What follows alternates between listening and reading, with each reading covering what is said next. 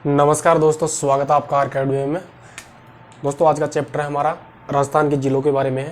राजस्थान के वर्तमान ज़िले कितने हैं और राजस्थान की स्थापना या पुनर्गठन के बाद में कितने नए ज़िलों का गठन हुआ और राजस्थान हिंदुस्तान के गठन के समय राजस्थान में कितने ज़िले थे, हम उसकी चर्चा करेंगे। जो इस चैप्टर से कहाँ कहाँ से ऑब्जेक्टिव बनते हैं उसको समझने की कोशिश करेंगे। तो चलो देखते हैं। राजस्थान के ज़िले।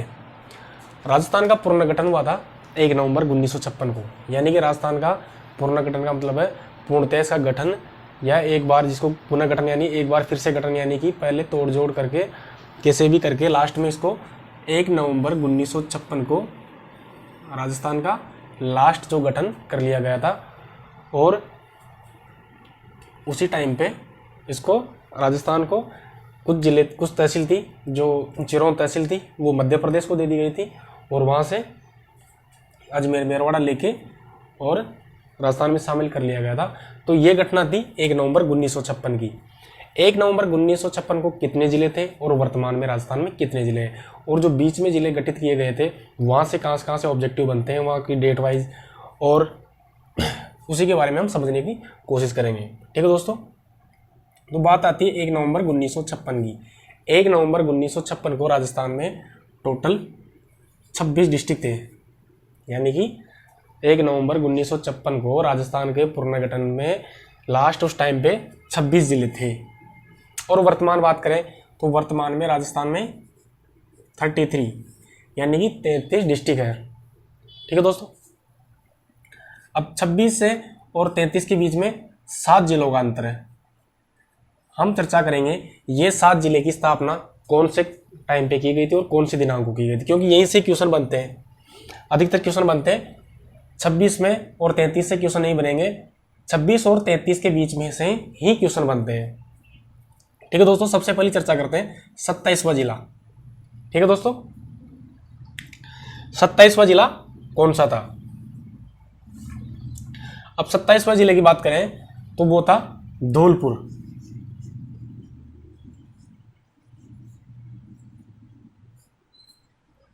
कौन सा था दोस्तों?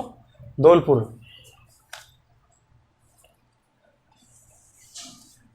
27वां जिला था धौलपुर, क्योंकि 26 जिले 1 नवंबर 1956 को थे।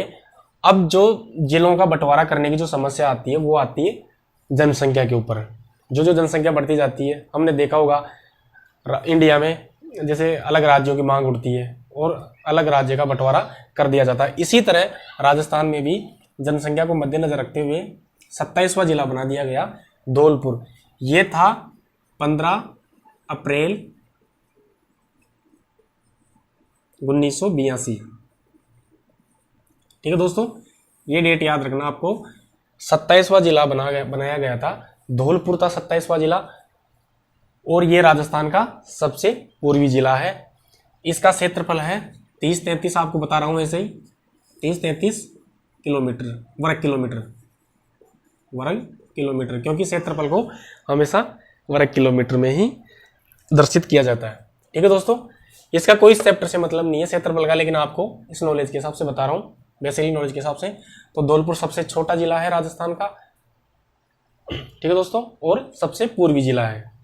ठीक है, अब बात आती है 28वें जिले की। ठीक है, इसकी डेट आपको याद रखना होगा 15 अप्रैल 1982 को। ठीक है दोस्तों, 28, 29 और 30, आप इन तीनों जिलों को एक साथ याद करो। ठीक है दोस्तों, 28, 29, क्योंकि इन तीनों की जो गठन की तारीख है या स्थापना की तारीख है वो एक ही है। कौन सी है? 10 अप्रैल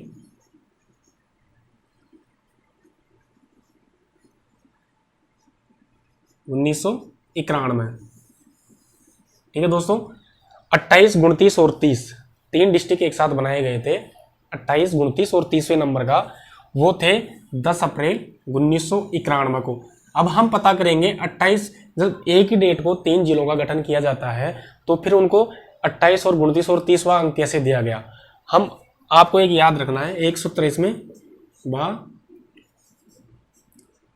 बहादुरा क्या याद करना है? भादोरा। भादोरा को आप 28, 29 और 30 अंक लिख दो। ठीक है, क्योंकि तीनों डिस्ट्रिक्ट की स्थापना या गठन 10 अप्रैल 1991 को किया गया था। अब बात आती है बा से 12 और 2 से दौसा और रा से राजसमंद। ठीक है दोस्तों, यानी कि भादोरा 28, 29 और 30वां जिला है। तीनों डिस्ट्रिक्ट की गठन एक ही तारीख को किया गया था, 10 अप्रैल 1991। लेकिन इनका जो गठन का जो क्रमांक है वो 28, 29 और 30 दे दिया गया है।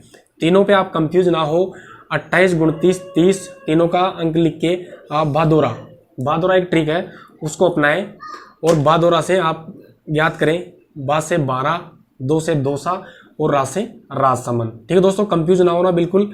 तीनों डिस्ट्रिक्ट एक ही डेट को गठित किए गए थे, 10 अप्रैल 1991 को। तीनों को नाम है भादोरा। आपको 12, दौसा, राजसमंद नहीं याद करना, आपको सिर्फ भादोरा याद करना है। ठीक है दोस्तों, आप ऑटोमेटिक उस सवाल को हल कर लोगे। अब बात आती है 31वां जिला। 31वां जिला कौन सा है? 31वां जिला है हनुमानगढ़।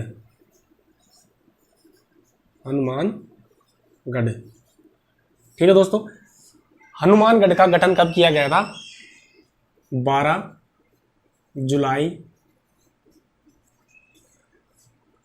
1994, 1994। ठीक है दोस्तों, हनुमानगढ़ का गठन कब किया गया था? 31वां जिला है क्रमांक में और इसका गठन किया गया था 12 जुलाई 1994। ठीक है दोस्तों, अब बात आती है 32वां जिला। देखो, आपको 32वां और 33वां जिला तो वैसे याद करना, क्योंकि 33वां जिला अब तक का सबसे अंतिम जिला है गठित किया हुआ, और इससे पहले 32वां जिला था, वो था कौन सा? करौली। यह दोस्तों 32वां जिला है करौली। करौली का गठन किया गया था 19 जुलाई 1997। हमको हमेशा 3 ही महीने याद रखने हैं। देखो, यहां बात आती है अप्रैल की। ठीक है दोस्तों, 27वां जिला अप्रैल में होता है, 15 अप्रैल 1982। ये तीनों डिस्ट्रिक्ट 28, 29, 30 को 10 अप्रैल 1991 में भादोरा बनते हैं, 12, दौसा, राजसमंद। फिर यहाँ आती है जुलाई। दोनों का गठन किसमें होता है? जुलाई में, लेकिन दिनांक और सन अलग अलग है। तो आप 3 ही चीज याद रखना, कौन कौन से? सबसे पहले अप्रैल, फिर जुलाई और यहाँ पे जनवरी। 3 ही महीने याद रखना है। इसमें होती है 15 अप्रैल 1982, 28, 29, 30 में होते हैं 10 अप्रैल 1991, और यहाँ दोनों में होती है 12 जुलाई 1994, और 32वां जिला है करौली, तो वो होती है 19 जुलाई 1997। अब बात आती है सबसे अंतिम जिला, राजस्थान का अब तक के गठित सबसे अंतिम जिला। अंतिम जिले की बात आती है, सबसे ज्यादा क्वेश्चन बनते हैं प्रतापगढ़ से। प्रतापगढ़ से क्वेश्चन क्यों बनते हैं? क्योंकि ये सबसे नवनिर्वाचित या नवगठित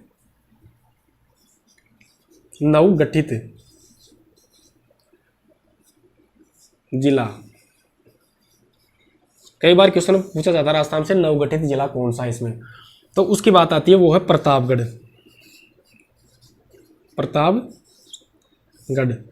ठीक है दोस्तों, प्रतापगढ़ की स्थापना हुई थी 26 जनवरी 2008 को। ठीक है दोस्तों, प्रतापगढ़ का गठन किया गया था 26 जनवरी 2008 को, और ये राजस्थान का अब तक का सबसे लास्ट या अंतिम या नवगठित जिला है। ठीक है दोस्तों, 1, 2, 3, 4, 5 राजस्थान के पुनर्गठन के बाद में 5 बार डिस्ट्रिक्ट नए गठित किए गए थे। 27वां और 28, 29, 30 को आप एक ही मान के चलो, डेट एक है। 28, 29, 30 को आप भादोरा याद रखो। उसके बाद में 31वां जिला है कौन सा? हनुमानगढ़। हनुमानगढ़ 12 जुलाई। उसके बाद में 32वां है करौली 19 जुलाई 1997। उसके बाद में 33वां, तो आपको इसको डिटेल से पढ़ना होगा। 33वां जिला अंतिम था 26 जनवरी 2008 को, और इसका नाम दिया गया प्रतापगढ़। ठीक है दोस्तों, प्रतापगढ़ के सबसे ज्यादा क्वेश्चन बनते हैं। अब इसको साफ कर देता हूं मैं। ठीक है दोस्तों, प्रतापगढ़ के क्वेश्चन सबसे ज्यादा आते हैं एग्जाम में नवगठित डिस्ट्रिक्ट में से। वर्तमान में नवगठित जिला कौन सा है, 33वां जिला कौन सा है, यह भी पूछ लिया जाता है। 33वां जिला वो है प्रतापगढ़। ठीक है दोस्तों, इसकी हमने स्थापना पढ़ा, गठन पढ़ा 26 जनवरी 2008 को। अब बात आती है ये कहां से क्वेश्चन बनते हैं प्रतापगढ़ के अंदर से। प्रतापगढ़ से ये है गठन इसका 26 जनवरी 2008। ठीक है दोस्तों, ये 33वां जिला है। ठीक है, 33वां, बार बार रिपीट करो आप, अच्छी तरह याद रहेगा। इसमें तहसीलें कितनी है या कितनी थी, इसमें जब इसका गठन किया गया था 5 तहसीलें इसमें, और आज भी इसमें 5 ही तहसीलें हैं। अब इसमें सबसे ज्यादा तहसीलों से क्वेश्चन बनते हैं क्योंकि इसमें 5 तहसीलें, क्योंकि प्रतापगढ़ के गठन से पहले जो तहसीलें थी वो दूसरे डिस्ट्रिक्ट में थी, यानी दूसरे जिलों में थी, तो उन्हीं जिलों का टुकड़े करके ही प्रतापगढ़ को बनाए गए थे। अब इसमें पहली जो तहसील थी वह छोटी सादड़ी, अरनोद, प्रतापगढ़, और चौथी धरियावाद, और 5वीं है पीपलखूंट। ठीक है दोस्तों, अब आप तीनों को उठाओ, स्टार्टिंग वाली 1 2 3 को, छोटी सादड़ी, अरनोद, प्रतापगढ़। खुद प्रतापगढ़ एक तहसील है क्योंकि जिला मुख्यालय हमेशा तहसील भी होता है। ठीक है, तो प्रतापगढ़ से लेके छोटी सादड़ी, अरनोद, प्रतापगढ़, ये तीनों ही तहसीलें कहां से ली गई थी, चित्तौड़गढ़ से। कई बार पूछ लिया जाता है चित्तौड़गढ़ तहसील का हिस्सा कौन से जिले से लिया गया था, तो सॉरी, प्रतापगढ़ का हिस्सा, प्रतापगढ़ तहसील का प्रतापगढ़ जिले के अंदर प्रतापगढ़ तहसील का हिस्सा कौन से जिले से लिया गया था, तो वो 30 सिर्फ चित्तौड़गढ़। लेकिन बात होती है छोटी सादड़ी, अरनोद और प्रतापगढ़, तीनों का एक ही डिस्ट्रिक्ट से, यानी कि चित्तौड़गढ़ से लिया गया था। तीनों का जो भूभाग है वो चित्तौड़गढ़ से लिया गया था, और चित्तौड़गढ़ से तोड़ के उसको प्रतापगढ़ में शामिल कर लिया गया, और उसको नाम दे दिया गया। एक का नाम छोटी सादड़ी, और जो अरनोद का क्षेत्र था उसको तहसील बना दिया गया, अरनोद नाम दे दिया गया तहसील का, और प्रतापगढ़ जिला मुख्यालय, उसको तहसील भी थी, वो प्रतापगढ़ का जो हिस्सा था वो चित्तौड़गढ़ से लिया गया। अब एक इंपॉर्टेंट है इसमें धरियावाद। धरियावाद उदयपुर से लिया गया था। उदयपुर जिले से धरियावाद तहसील का हिस्सा उदयपुर से लिया गया था। ठीक है दोस्तों, बात आती है पीपलकोट तहसील की। पीपलकोट तहसील कहां से लिया गया था, बांसवाड़ा। आप इसको ढंग से 5 तहसीलों को अच्छे से याद करना। यहाँ से क्वेश्चन इतने बनते हैं, इतने कंफ्यूज करते हैं, आपको कैसे भी घुमा सकते हैं। आप इस थ्योरी को समझो, क्योंकि तीनों जो तहसीलें ऊपर की, छोटी सादड़ी, अरनोद और प्रतापगढ़, चित्तौड़गढ़ से लिए गए थे, धरियावाद उदयपुर से लिया गया था, और पीपलखूंट बांसवाड़ा से लिया गया था। ठीक है दोस्तों, अब 4-5 पॉइंट और है प्रतापगढ़ से, बाकी ऐसे तो प्रतापगढ़ से काफी सारे क्वेश्चन बनते हैं, लेकिन जो गठन के हिसाब से क्वेश्चन बनते हैं वो है प्राचीन नाम। देखो, प्राचीन नाम था प्रतापगढ़ का खांटल या मेवल। ठीक है दोस्तों, प्रतापगढ़ का प्राचीन नाम खांटल या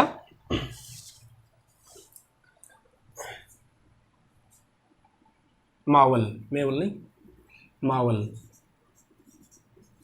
ठीक है दोस्तों, खांटल या मावल प्राचीन नाम था, खांटल या मावल, यानी कि रियासती काल का इसका नाम था। ये नाम रियासती काल है जो खांटल या मावल। राजकुमार सूरजमल, एक नाम याद रखना आप, राजकुमार सूरजमल के टाइम पे इसको नाम दिया गया था प्रतापगढ़। प्रतापगढ़ कब नाम दिया गया था इसको, राजकुमार सूरजमल के टाइम पे, राजकुमार सूरजमल। ठीक है दोस्तों, राजकुमार सूरजमल के टाइम पे इसको प्रतापगढ़ का नामकरण किया गया था। आजादी के समय राम यहाँ पे कौन किसका शासक था, यानी कि रियासत काल में आजादी के समय प्रतापगढ़ के ऊपर कौन से राजा का शासन था, तो प्रतापगढ़ पे कौन से वंश का शासन रहा था प्रतापगढ़ के, क्योंकि हम इस चैप्टर को हिस्ट्री में पढ़ेंगे इस पॉइंट को, क्योंकि प्रतापगढ़ पे सिसोदिया वंश का शासन रहा था। सिसोदिया